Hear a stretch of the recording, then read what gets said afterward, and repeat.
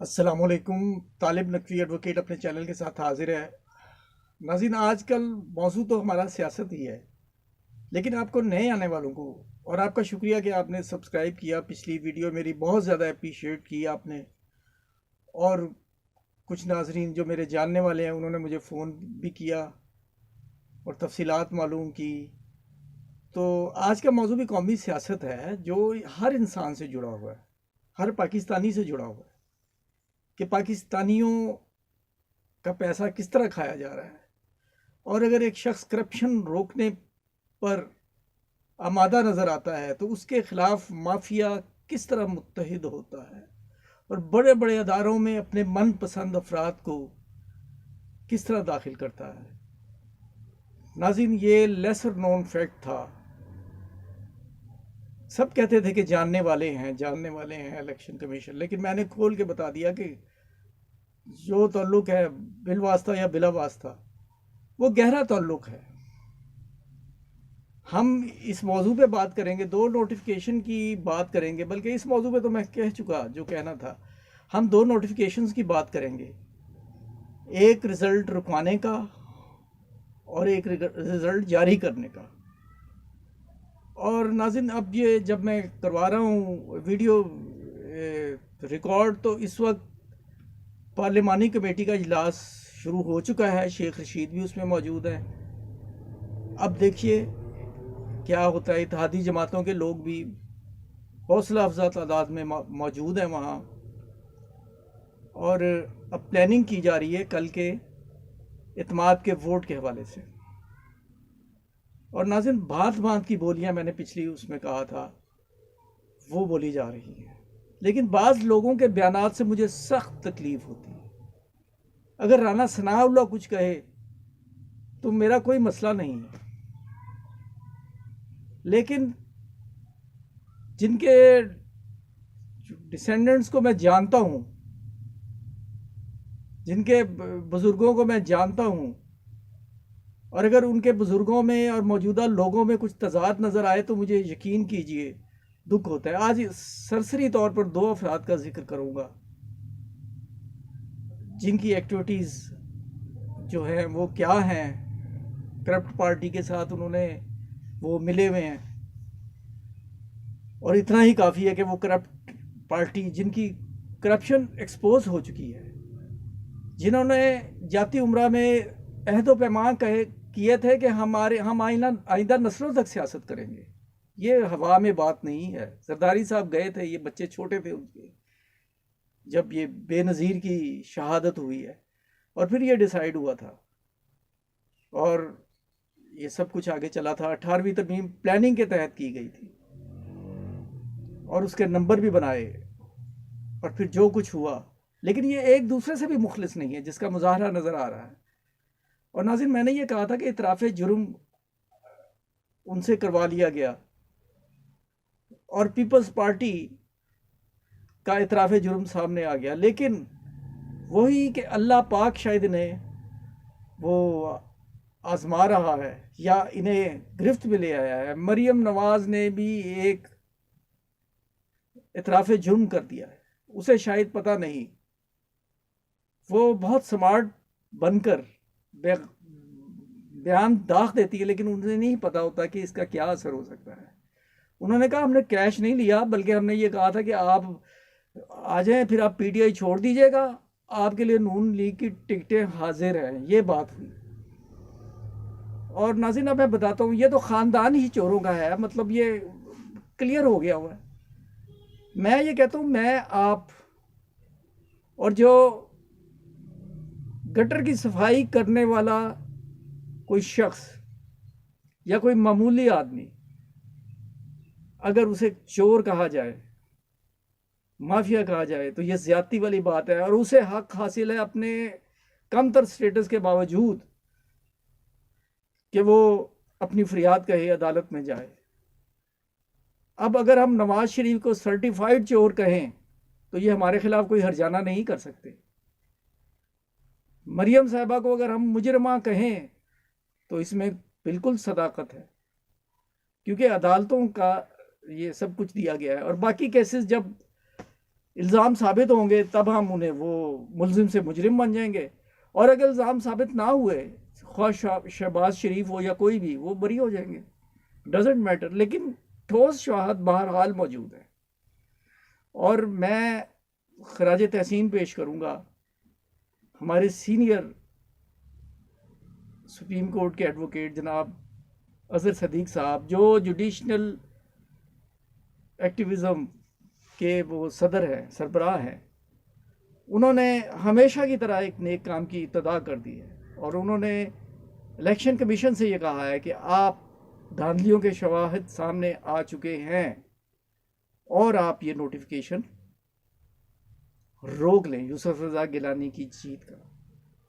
और नाज़रीन, इस पर मैं बेहिसी, और ये कुर्बे क़यामत की निशानी है कि सब ने सब कुछ देखा। सुप्रीम कोर्ट कह चुकी है इलेक्शन कमीशन को, जाने ना जाने गुल ही ना जाने, बाग तो सारा जाने है। और आज जो प्रेस रिलीज इशू हुई है, इमरान खान साहब ने जो कुछ कहा और जो लोग जो कुछ कह रहे हैं, वो मैं शर्मनाक कहूँगा कि कोई जिक्र ही नहीं। और ये कहा गया कि बिल्कुल हमारे तो इलेक्शन जो है ना बड़े फेयर हुए हैं और सादा हुए हैं, आज़ादाना हुए हैं।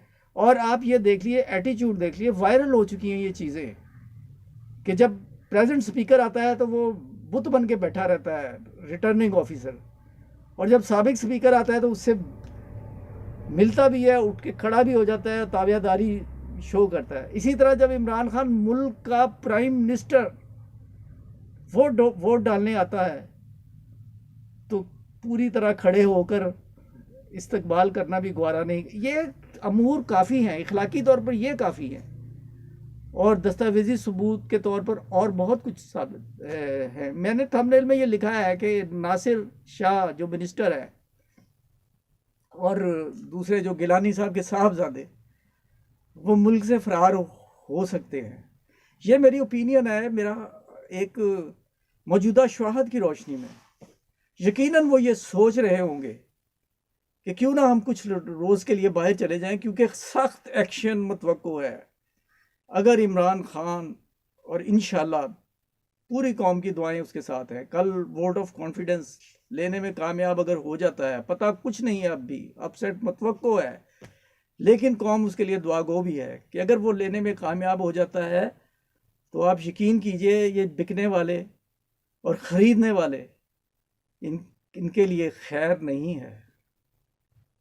और नाज़रीन, ये मुख्तसर सी वीडियो है, मुख्तसर सी इसलिए कि मैं जो कुछ आता है मैं आके कह देता हूँ, कोई प्री प्लान नहीं होता कि मैंने क्या कहना है। मेरा दिल बहुत दुखा हुआ है, और मैंने दो आदमियों का जिक्र किया कि वो उनका मुझे ज़्यादा दुख है। मुझे राना सनाउल्लाह से कोई लेना देना नहीं, या इसकी नौइयत के, अगर सैफ खोकर सैफुल मलूक कुछ कहे तो मुझे इखलाक से घिरी हुई बात भी कहे तो मुझे कोई फ़र्क नहीं पड़ता।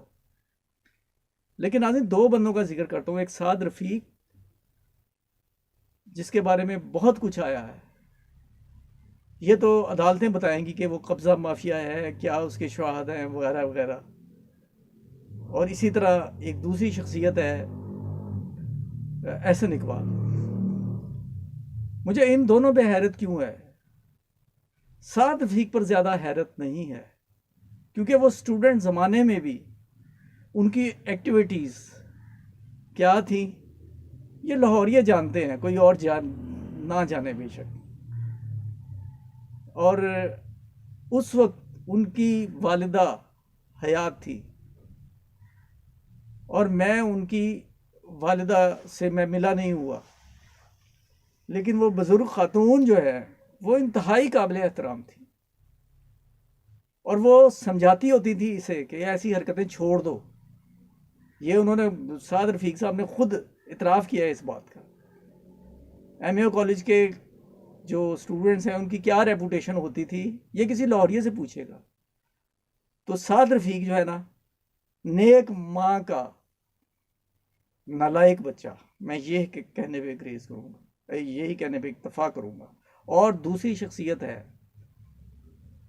एहसन इकबाल साहब। उनकी वालिदा, अल्लाह पाक उन्हें जन्नतुल फरदौस में जगह दे, उनके दर्जात बुलंद करे। वो भी एक बहुत नेक खातून थी और पॉलिटिक्स में थी। ये असासा है, ये ख़वातीन ख़ास तौर पे, ये ऐसी ख़वातीन असासा है हमारे, जो कि अपनी इखलाकी इक़दार की भी पाबंदी करती थी और कोई किसी किस्म का कोई भी उन पे इल्ज़ाम नहीं लगा सकता। लेकिन जब उनकी औलाद गलत ट्रैक पे चले जाए तो दुख होता है। माँ बाप वो होते हैं जो औलाद को सीधे रास्ते पे दिखाते हैं या उल्टा रास्ता दिखाते हैं। जो बेगम फ़रत रफ़ीक साहिबा थी, इनकी वालिदा, उनका नाम, और उनके वालिद साहब जो हैं, ये भी आपको आज बता दूं कि इनके वालिद साहब शहीद हुए थे। असगर खान साहब के साथ वो जा रहे थे, गालिबन भाटी चौक में उन्हें गोली का निशाना बनाया गया था। और ये जो आजकल यूसुफ रज़ा गिलानी के आगे पीछे फिर रहे हैं, साद रफ़ीक, उन्होंने पाकिस्तान पीपल्स पार्टी पर यह इल्ज़ाम धरा था, बल्कि भुट्टो साहब पर यह इल्ज़ाम धरा था कि उन्होंने मरवाया है। ये हक़ाइक़ हैं, इसे कोई झुठला के देखे। हमारी नौजवान नस्ल को इन बातों का नहीं इल्म।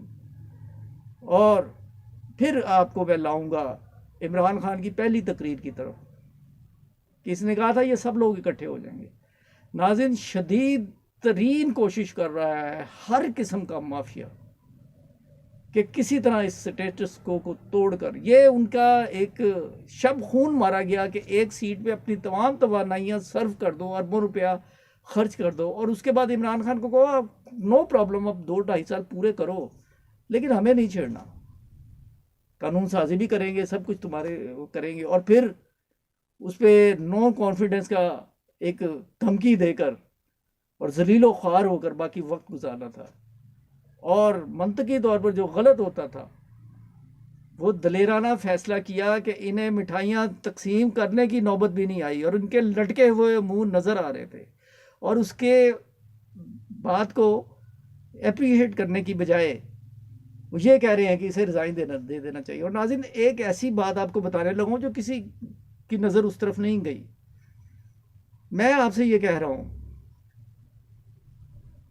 कि इन्होंने जो पैसे दिए, जो कि साबित हो जाएगा, मुबैना तौर पर जो करोड़ों रुपए, अरबों रुपए जो बांटे गए, उसमें ये मेरी ओपिनियन है जो गलत भी हो सकती है, लेकिन ये आप लॉजिक पे देखें तो वो ठीक लगती है।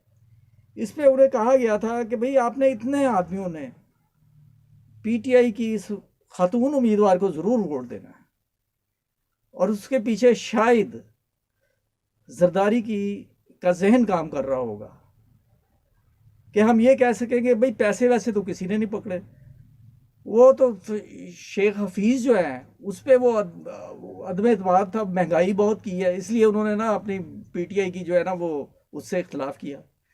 ये जवाब बरकरार रखने के लिए मुबैना तौर पर भी क्या, मेरी ओपिनियन में ऐसा किया गया।